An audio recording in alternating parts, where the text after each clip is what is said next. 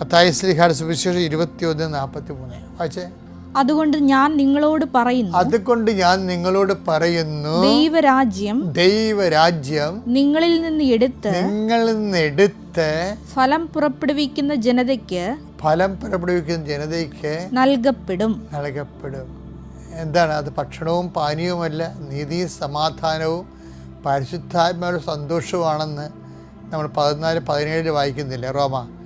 അതാണ് ദൈവരാജ്യം. ആ ദൈവരാജ്യം, ആ സന്തോഷം നിങ്ങളിൽ നിന്ന് എടുക്കുമെന്ന്. പണിയായില്ലേ?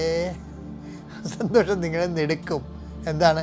സന്തോഷം അനുഭവിക്കാൻ അർഹതയുള്ളവർക്ക് കൈമാറുമെന്ന്. അതെന്താ? ഇന്നൊരു രസമുണ്ടായി. ഇന്നൊരു സാക്ഷ്യം ഞാൻ ആൾക്കാരെ കേട്ടോണ്ട് നിൽക്കുകയാണ്.